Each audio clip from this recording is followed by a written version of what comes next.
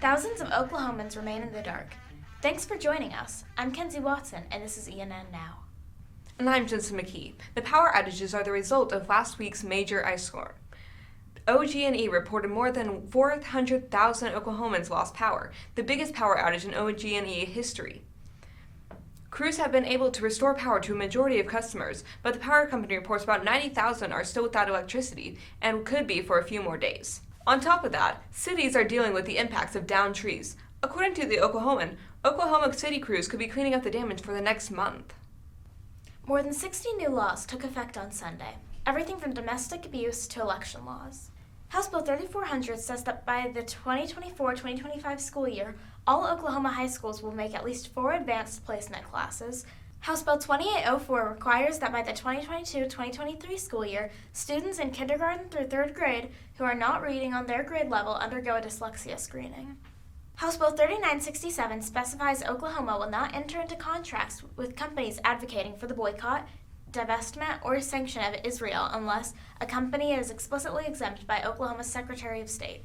The law applies to state contracts in excess of $100,000. Spurred by the pandemic, a new law allows for video conferencing in district courts in all stages of civil and criminal proceedings.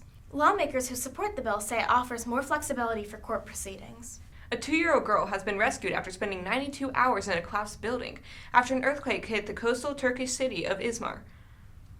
The girl was found inside a dishwasher, which shielded her from the deadly quake. Local, state, tribal, and federal law enforcement are launching a new app for Apple and Android users to report suspicious activity. CSay OK is a way for Oklahomans to report unusual or alarming behavior. You can also do the same through csayok.com. On the last episode of ENN Now, we told you about some big news from the nation's space agency. And with a follow-up to that is ENN's Rayleigh Lemons. You'll remember that NASA is headed up by former Oklahoma Congressman Jim Bridenstine, and he's been leading up the recent exploration efforts. The agency's spacecraft, the OSIRIS-REx, took a sample of an asteroid named Bennu. The OSIRIS-REx team will now start the next phase of the mission, the return cruise.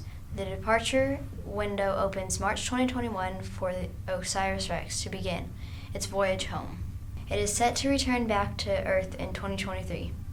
Thanks, Rayleigh, and thank you for joining us.